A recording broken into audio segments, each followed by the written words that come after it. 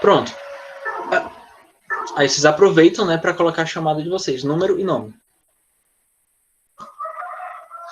Então, provavelmente eu vou ficar com vocês também na segunda-feira, tá bom? Porque a Paula está um pouquinho afastada, então eu vou ficar, no caso, pelo menos nessas semanas, eu vou ficar com vocês na segunda.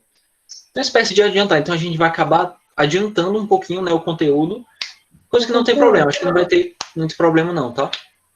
Quando é que vão mandar o horário? Como? Quando é que vão mandar o horário?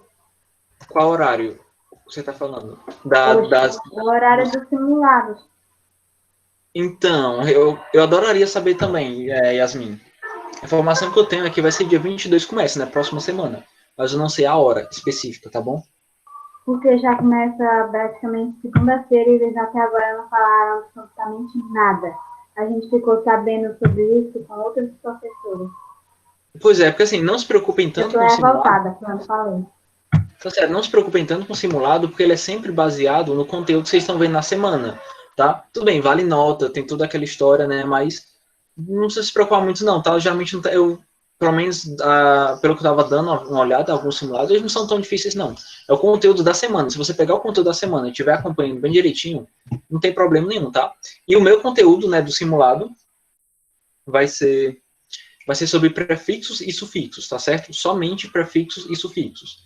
Esse novo capítulo que a gente está entrando, que a gente está vendo sobre verbos frasais, não vai entrar. Até porque a gente está vendo agora, está muito em cima e já foi mandado as perguntas. Vai não, Yasmin, calma, não vai tirar zero. Pronto, vamos lá. Vamos continuar, né? A gente estava vendo alguns verbos frasais. Eu continuo sem conseguir abrir o meu PowerPoint, infelizmente. Então vou deixar o documento no Word de novo, tá certo? Não sei por que ele está com problema. Ô, Cecília, então, em inglês, eram 4, certo? Eram 4 questões, só que depois mudaram para 2. Tá certo? 2 questões. Então, no inglês vai estar super simples, vai ter 2 questões sobre sufixos e prefixos. Se você olhar naquele slide que eu mandei, naquele slide, eu coloquei lá os principais sufixos e prefixos.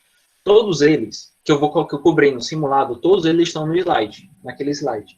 Eu posso até tentar reenviar. Eu acho que eu consertei a grafia de uma palavra, né? Uma foi 2. Não que vai fazer grande diferença, porque não vai fazer diferença nenhuma, tá?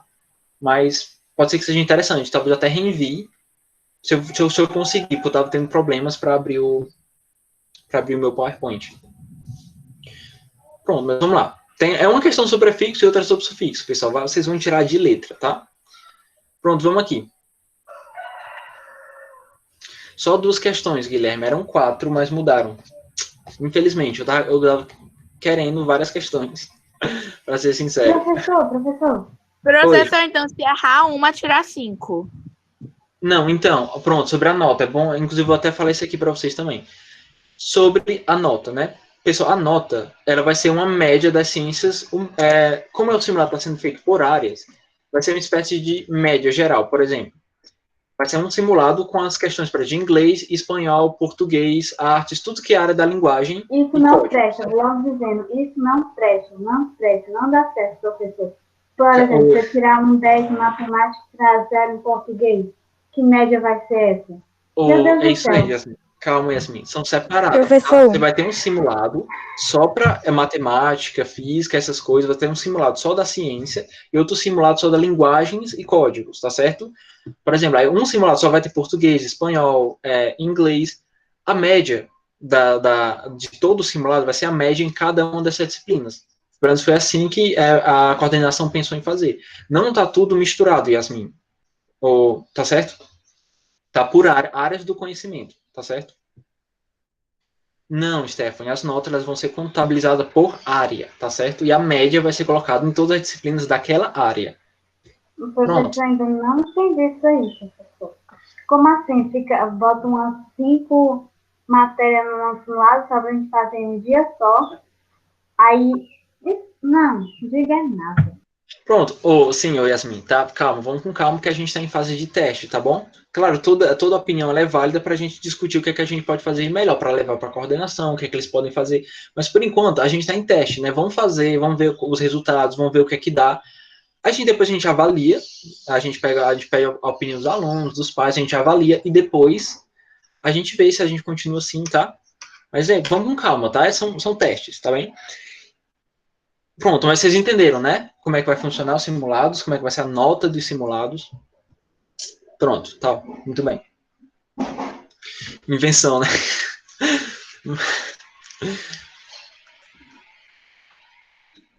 Vale, tá certo? Vai ser para parcial de vocês.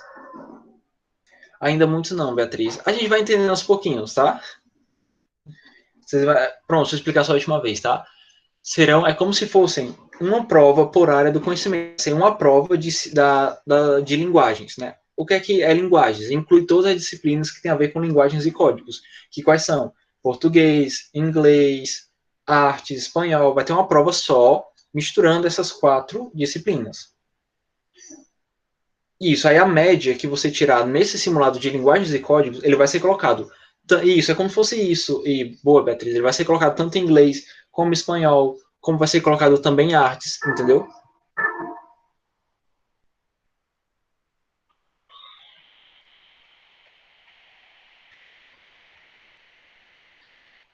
Eita, acabar com a vida.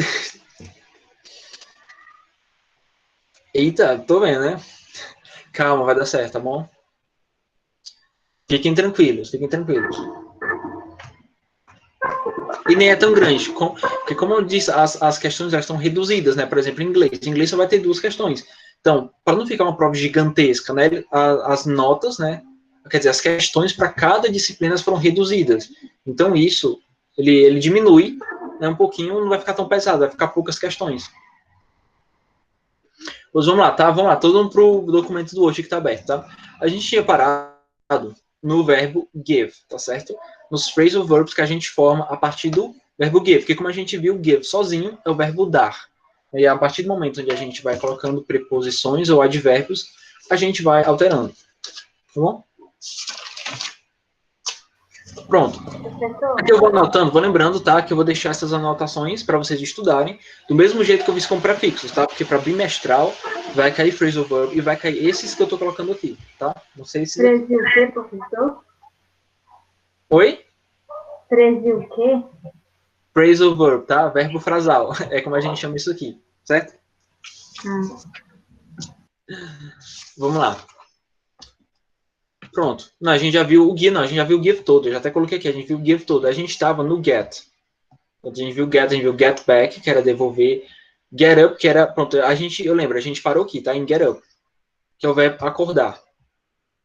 Que pode ser levantar, acordar, tá? E era muito comum, muitas vezes, você substituir esse get up por wake up. No caso, é muito comum, porque wake up, vai colocar aqui, wake up, também significa acordar. Mas é muito comum que você haja essa substituição. Isso aqui também é um verbo frasal.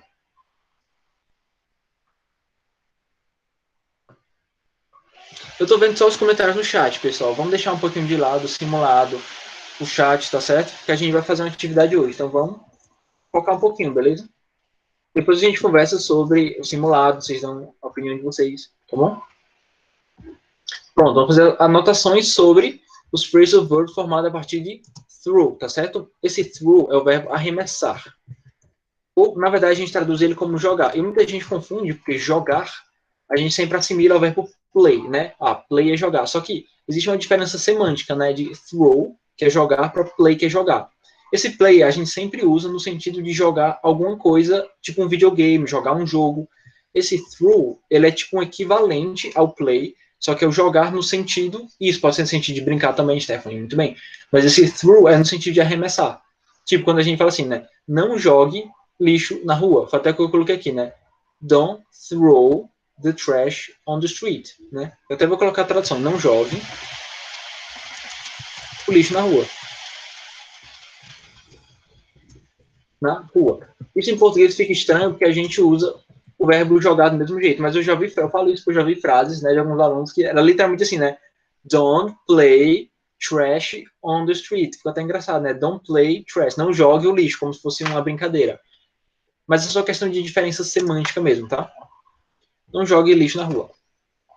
Só que assim, a gente tem algumas alterações que até fazem um pouco de sentido. Porque, por exemplo, throw up, a gente geralmente traduz como vomitar. Aparentemente não tem nada a ver, né? Vomitar. Só que tem um pouquinho, porque geralmente quando a gente fala em português mesmo, que a gente vai vomitar, a gente fala que a gente vai jogar para fora. Vocês já ouviram essa expressão, né? Colocar para fora. Por exemplo, você está num parque, tem um negócio lá rodando e você está com vontade de vomitar, o que é que as pessoas falam?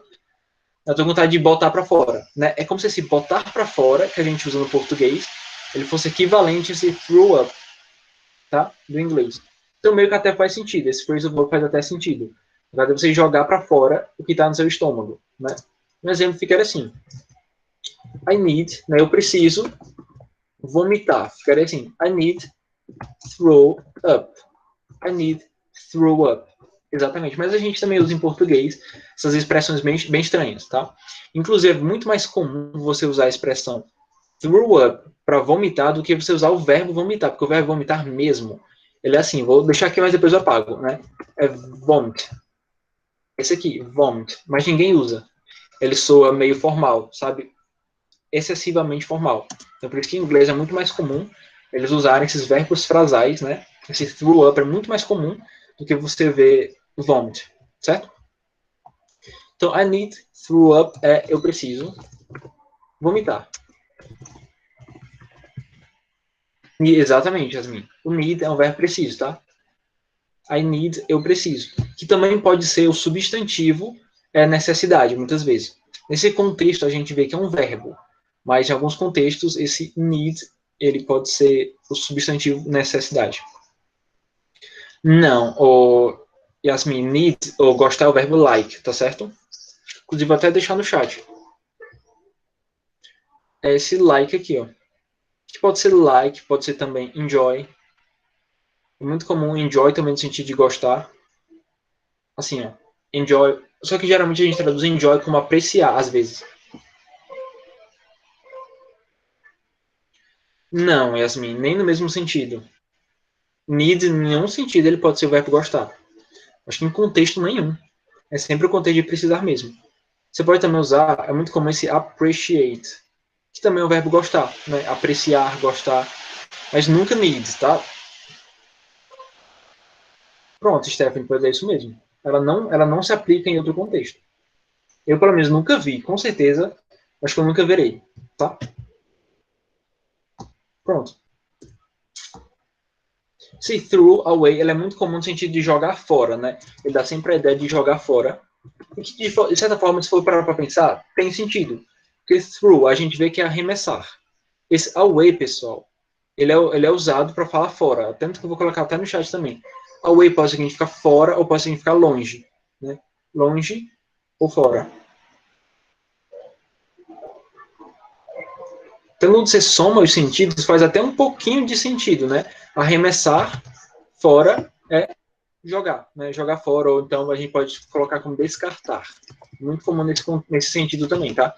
Descartar, tá? Porque literalmente descartar é você throw away something, né? Você jogar alguma coisa fora.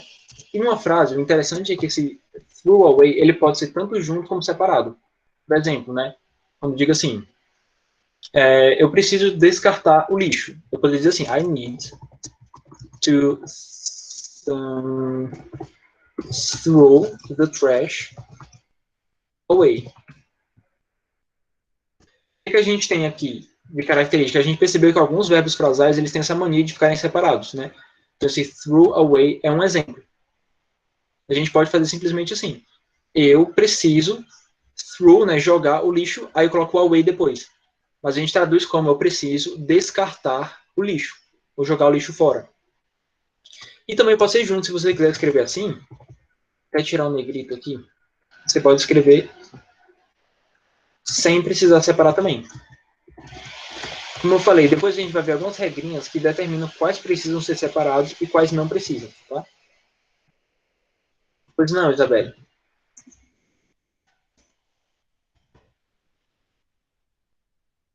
Trash é lixo. Isso, trash é lixo. Embora existam várias palavras para lixo, tá? Que, por exemplo, a palavra rubbish também pode ser lixo. Vou até deixar no chat também. Caso você queira copiar como vocabulário, né? É sempre útil. Rubbish é lixo, tá? Que geralmente trash a gente usa geralmente, né, americano, né, uma forma americana de falar do lixo. Eles sempre usam trash. Britânico nunca vai usar trash, tipo, em hipótese alguma, né? Eles sempre vão usar rubbish, certo? Rubbish para eles é lixo. E o engraçado é que nos Estados Unidos, thrash também é um gênero musical. É um tipo de rock, né? Tipo aquele rock bem pesado. Eles chamam de thrash metal. Fica até engraçada a tradução, né? É metal lixo. Mais ou menos assim. Mas é muito comum chamar de thrash metal. Inclusive, existem também outras palavras para lixo. É que eu não estou lembrando agora, mas existem muito mais, tá? Também dá para usar o rest como lixo. Que a palavra rest dá para usar nesse sentido, embora o rest ela tenha vários significados, né? Ela pode ser o verbo descansar, ela pode ser o substantivo descanso, mas ela também pode ser o substantivo resíduo, lixo ou então algo que é descartável. Então a gente tem outras opções também para o lixo, se a gente quiser. Pronto, eu queria só fazer um comentário sobre essa questão de quando a gente usa um verbo frasal e a gente separa ele. A gente sempre percebe que o objeto do verbo é só você lembrar lá em português. Vocês já estudaram sobre sujeito e objeto, né? Vocês sabem, vocês lembram, né? Dizendo no chat, vocês lembram o que é o sujeito, o que é o objeto, o que é um verbo transitivo? Vocês lembram? Pronto, muito bem. Pois quando a gente vai separar um verbo frasal, a gente sempre, muitas vezes, leva em consideração o objeto. Geralmente, a gente pega o objeto do verbo, né? Porque a gente sabe, quando o verbo ele é transitivo, ele tem um objeto, né, que pode ser direto ou indireto. Geralmente, em inglês, a gente pega o verbo frasal e coloca o objeto no meio do verbo frasal. É por isso que, nesse caso, eu estou pegando the trash.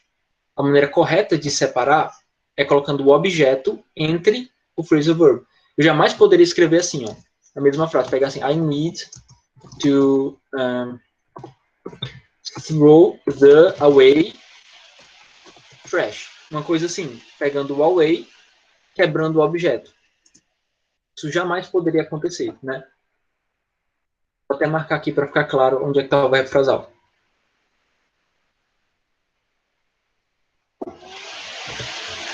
Pronto, escrevi lixo junto. Sim. O Google Tradutor, ele é um pouquinho... Quando tu vai colocando entre línguas, ele vai traduzindo estranho. Então, geralmente, não é interessante você ficar fazendo essas traduções. O Google Tradutor, ele é bem falho, na verdade. É porque a gente nunca percebeu, mas ele tem vários defeitos de tradução que precisariam ser consertados. É tanto que ele não é 100% confiável. Temos muita besteira deles. Tá? Eu já fiz várias traduções por lá e, sinceramente, dá para ver que ele distorce completamente o significado. Já fiz isso até com alguns discursos, que eu, de vez em quando eu sou uma pessoa estranha, tá? Eu gosto de pegar discurso de político, às vezes, principalmente do Trump, tá? Que eu acho engraçado o jeito que ele fala. Eu escrevo alguns discursos dele e depois faço algumas traduções. E eu fico comparando, né, as minhas traduções com a do Google. Cara, é totalmente diferente. Eu fico impressionado como ele distorce totalmente o significado. Pronto, Yasmin, o que é que eu digo para vocês sobre o Google Tradutor? Ele é 60% confiável, tá? Dá para você traduzir muita coisa por lá e tá certinho. Algumas expressões, algumas gírias, ele não vai decodificar bem, tá certo? A menos que ele pegue essas expressões, essas gírias, eles coloquem tipo no catálogo, entendeu? Pronto, tem muito mais tem muito aplicativo mais confiável. Inclusive, vou colocar no chat, pessoal, um dicionário que eu uso, tá? Também não é qualquer dicionário que é bom. Que eu uso, às vezes, quando eu vou pesquisar alguma palavra, quando eu não sei, eu uso esse site aqui, ó. Geralmente, ele traduz palavra por palavra, tá? Ele não é do tipo que você vai pegar uma frase inteira e você vai jogar e ele vai decodificar. Não funciona assim. Mas ele é muito confiável porque ele pega a palavra e ele coloca em um contexto. Ele sempre está contextualizando as palavras. Então, eu acho que é muito mais confiável você usar esse site, que é uma recomendação minha, tá? Do que você usar o Google Tradutor. Eu só uso ele, praticamente. Ou então, você pode pegar alguns dicionários de Cambridge, alguma coisa assim. Não, ele é sempre por palavra, tá? Ele pega uma palavra, ele coloca lá no contexto, coloca várias frases, as várias traduções possíveis, tá? Mas ele não é do tipo que você vai jogar uma frase inteira e vai colocar, tá certo? Por exemplo, o problema do Google é com expressões desse tipo aqui, ó. Por exemplo, se você quiser traduzir o seguinte para o Google, eu vou colocar assim uma frase aí no chat, para vocês verem alguns problemas. Eu lavo minhas roupas. Até dei esse exemplo, lembra? Eu dei esse exemplo em outra turma. Eu tenho essa frase aí em português, tá? Se você pegar essa frase e colocar no Google Tradutor, né? Eu lavo minhas roupas. Ele vai traduzir assim, I wash, provavelmente, né? I wash my clothes. Você pode até fazer um teste, tá? Ele vai traduzir assim, I wash my clothes. Aí você vai dizer, ué, mas tá certo. Wash é o verbo lavar e my clothes é roupas. Então, tá certo. Não, porque em inglês, quando você vai falar que lava suas roupas, você fala assim, I do the laundry. Então, eu vou colocar aqui para você. Pronto, essa é a maneira correta de você falar que lava suas roupas. I do the laundry. Ninguém fala I wash my clothes, entendeu? É como se o Google ele pegasse as palavras literalmente e ele vai decodificar uma por uma e coloca elas literalmente. Só que muitas vezes essas palavras literalmente que ele coloca, fica mais ou menos assim, que ele coloca, elas não são usadas no inglês real, entendeu? Ela é uma máquina decodificando, mas a expressão correta para você falar eu lavo minhas roupas é I do the laundry. É tipo uma expressão. Ficou assim, foi, Yasmin, exatamente. Fica desse jeito. Ele não entende tipo, o uso das palavras. Ele não entende que certas palavras, naquele contexto, são mais adequadas. O que certas expressões são mais adequadas.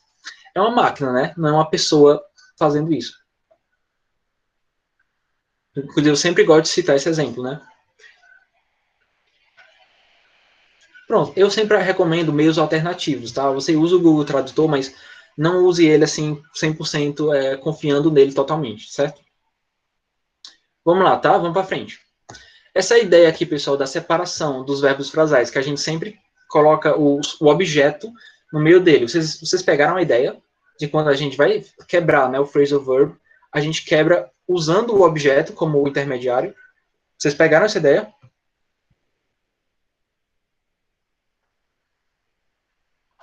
Sim, pessoal, vocês entenderam essa parte? Muito bem, muito bem.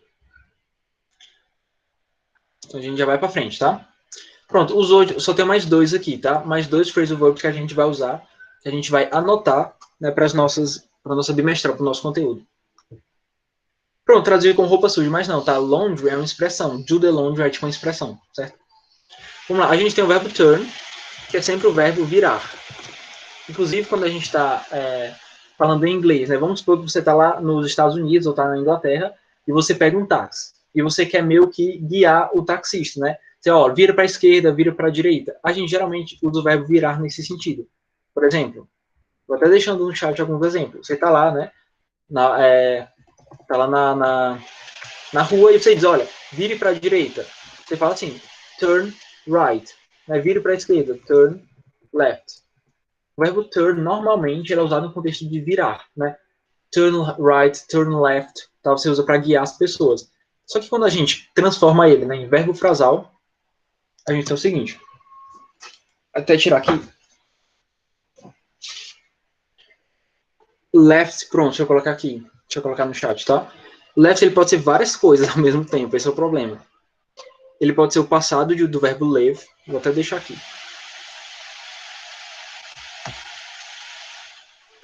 Ele pode ser o passado do verbo live. Ai, meu Deus, e o chat que não quer carregar. Peraí, deixa eu colocar de novo. Left. Não vai, né? Eu não acredito. Pode ser o primeiro significado. Pode ser esquerdo ou direito. Esquerdo. Pronto, foi. Carregou, tá? Pode ser esquerdo ou direito. Não, eu cliquei várias vezes, mas ela não sai só um. Eu apaguei. Pronto, left pode ser esquerda ou direita. Por isso que quando a gente fala, né, turn left, é tipo vire à esquerda. E a gente também usa left para se referir à mão esquerda. A gente fala left hand, né, a mão esquerda. Mas left também pode ser o passado do verbo deixar. Então, dependendo do contexto, left pode ser deixou. Nesse contexto, tá certo? Mas nesse contexto a gente está usando no sentido de esquerda mesmo, tá? Pronto, vamos lá para o slide de novo. Pronto, turn down, a gente geralmente traduz como rejeitar. Rejeitar ou recusar. Rejeitar ou recusar. Por exemplo, não recuse a minha oferta. Como é que ficaria? Don't turn down my offer. Eu poderia quebrar esse verbo frasal, se eu quisesse colocar ele quebrado, eu poderia? Até poderia, né? Você poderia fazer assim, ó, don't turn, né? A gente tá vendo aqui o verbo frasal e a gente vê o objeto que é my offer, tá? Então, como é que eu poderia fazer? Eu poderia quebrar ele, eu poderia colocar my offer. Down. Assim, don't turn my offer down, certo? Poderia fazer assim também, quebrando lá no objeto. Embora o mais comum seja esse primeiro aqui, pelo menos é o que eu mais vejo, tá? Nesse sentido. Você pode perguntar, se eu colocar no Google Tradutor, né? Don't turn down my offer. O que é que vai aparecer? Geralmente, se você pode até fazer um teste, né? Se você colocar para traduzir e depois para traduzir de novo, ele, em vez de traduzir o verbo frasal, ele vai colocar o verbo recusar. O verbo recusar sem ser o verbo frasal, com certeza. Estou até adivinhando. Você pode até fazer um teste. Coloque essa frase aí no Google Tradutor e coloque a tradução para o português. Depois tu inverte a tradução e coloca aí como é que ficou. Provavelmente ele vai colocar o verbo refuse, provavelmente. Faz aí, Yasmin, tu que estava com o Google aberto. Pra gente fazer um teste. Pronto, mas vamos fazer um teste com esse, só pra gente ter uma ideia. Pega aquele... que frase é a primeira ou a segunda? Pronto, pega a primeira. Don't turn down my offer. Tá, vou lá, peraí.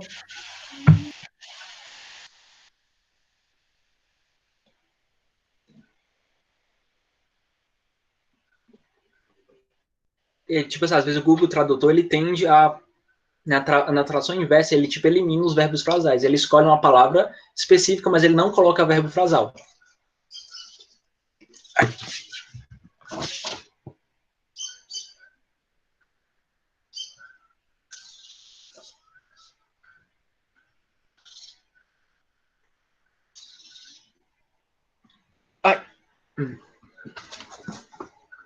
Inclusive, vocês já vão... enquanto a Yasmin vai colocando...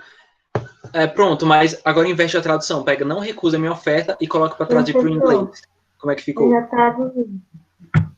Ficou, aí invertendo. não recuse minha oferta. Sim, mas agora você faz a tradução inversa. Inverte agora a tradução. Agora ficou... Don't refuse my offer. Pronto.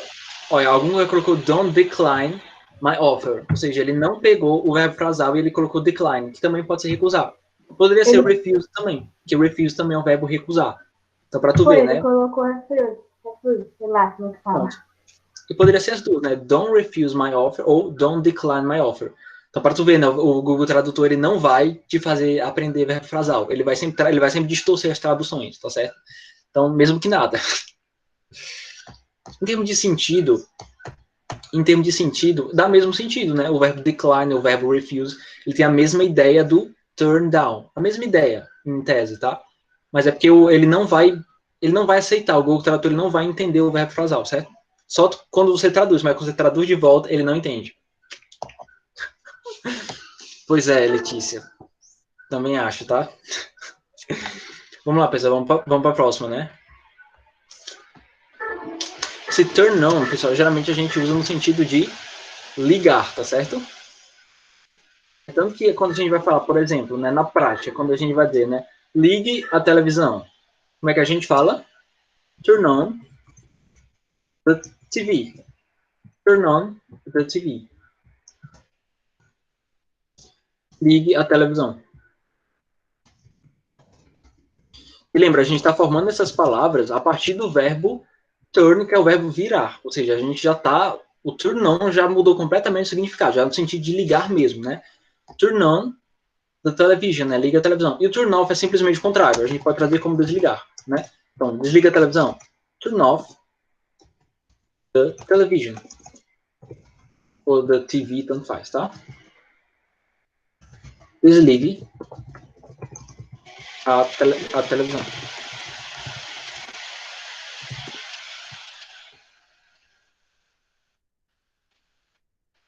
Pronto.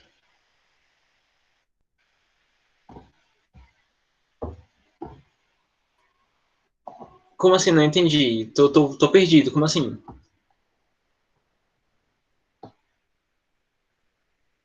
Foi o que tinha lá no Google. A gente pode usar só o on. Geralmente o on, ele indica que tá ligado. Tipo assim, on é ligado, mas não é ligue. Quando você vai dar, tipo, uma ordem, tipo, ligue tal coisa, né? Liga a TV, aí você usa turn on, tá? Você usa junto, tá? Turn on. O on sozinho é ligado. Do mesmo jeito que o off sozinho é desligado. Ou pode ser fora, né? Que a gente pode traduzir off como fora também, tá? A gente também usa na internet, quando a gente está na internet, a gente usa muito isso, né? Eu tô on, porque o online é tipo ligado, entre aspas, na linha, né? Na linha da rede, da internet. É por isso que online a gente usa a palavra on. É por isso que offline usa a palavra off, porque dá a ideia de fora, de desligado, entendeu? É engraçado, né? A gente vai vendo as palavras meio que se conectando, né? O sentido. Não, open, na verdade, desculpa. Open é abrir literalmente, tipo, abrir uma porta, tá? Abrir uma porta. Open the door, né? Abra a porta. Quando você vai dizer abra, né, a televisão, vamos dizer assim, a gente usa on. Turn on, tá certo? Esse open fica estranho, mas também dá para usar. Eu até conseguiria entender. Se alguém usar open the television, eu entenderia que é para ligar a televisão, tá? Dá para usar, acho que também dá. Tá igual em português, né? A gente fala no abrir. Abrir televisão, feche a televisão. Então, eu acho que em inglês também eles entenderiam da mesma forma. Você usar o verbo abrir ou o verbo fechar. Inclusive, o verbo fechar é close, né? Daria para você dizer close the television, em vez de turn off the television. Tipo, feche a televisão. Eles entenderiam que era turn off the television. Só questão de uso mesmo, as duas daria para entender. Pronto, vamos lá. O próximo que a gente vai anotar é turn back, tá? Turn back geralmente a gente traduz como devolver, tá? Um exemplo de uma frase, né? Por exemplo, devolva as minhas chaves. Turn, você poderia colocar assim, né? Turn back my keys. Devolva as minhas chaves. Eu poderia quebrar ele se eu quisesse? Poderia, mas ficaria meio estranho. Você falar turn my keys back. Você poderia, daria para entender. Mas eu aconselho a não fazer isso. Mas se você quiser, ficaria assim, ó. A gente quebra lá no objeto, né? No objeto do verbo. Turn my keys back, tá? Fica só estranho mesmo. Eu aconselho sempre o primeiro. Pronto, tranquilo, até aqui. Bom, por último, né? Pronto, finalmente. O último que a gente vai usar na nossa bimestral vai ser o take, tá certo?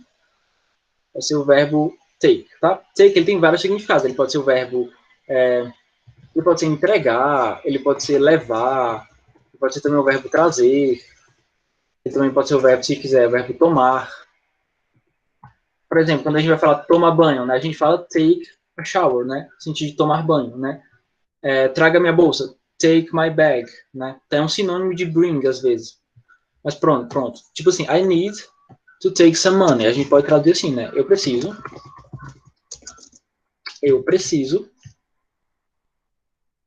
pegar, também pode ser o verbo pegar, a gente também pode traduzir assim.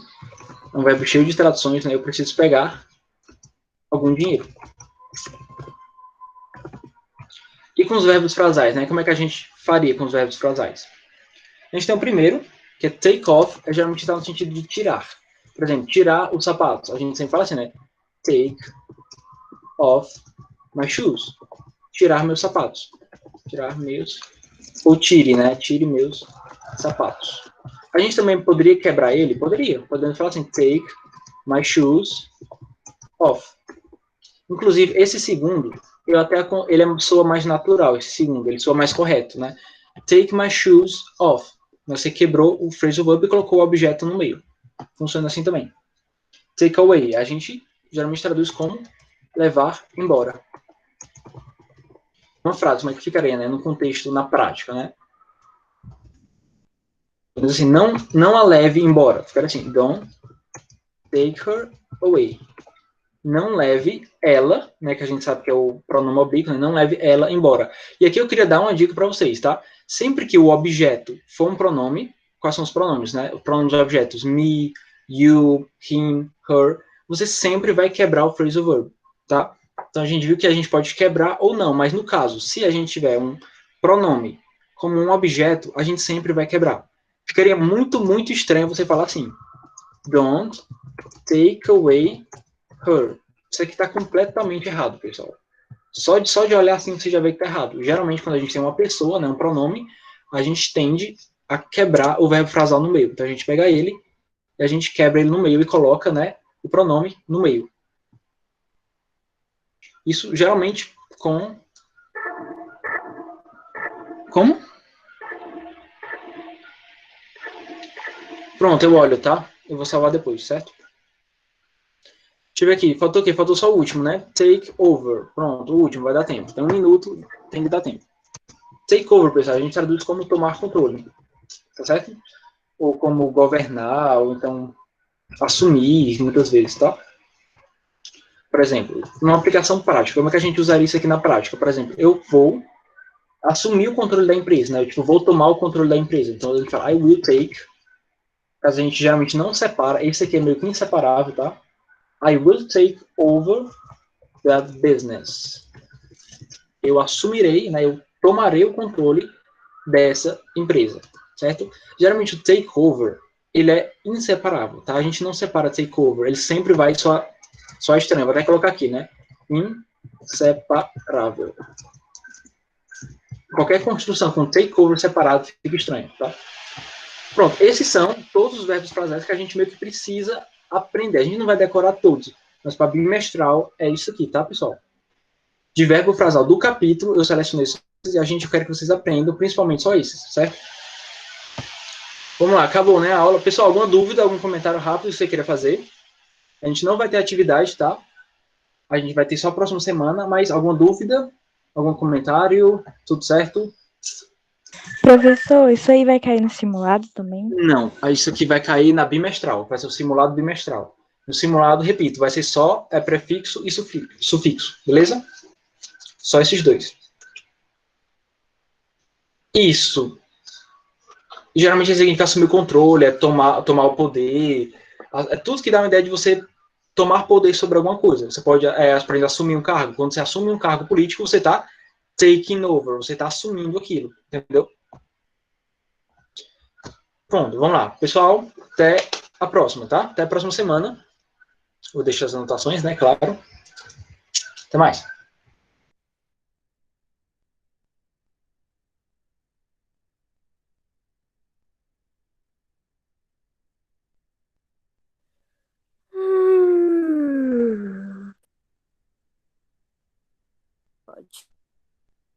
Ô, Maria. Oi, Guilherme. Tudo Quer bom? jogar Peraí, depois que Minecraft? coisar, Tu quer ir no teu mapa, Maria? Não, bora no teu. Por favor, parem de gravar, que eu quero mostrar, eu queria mostrar pra vocês. É o que a Isabelle queria nos mostrar.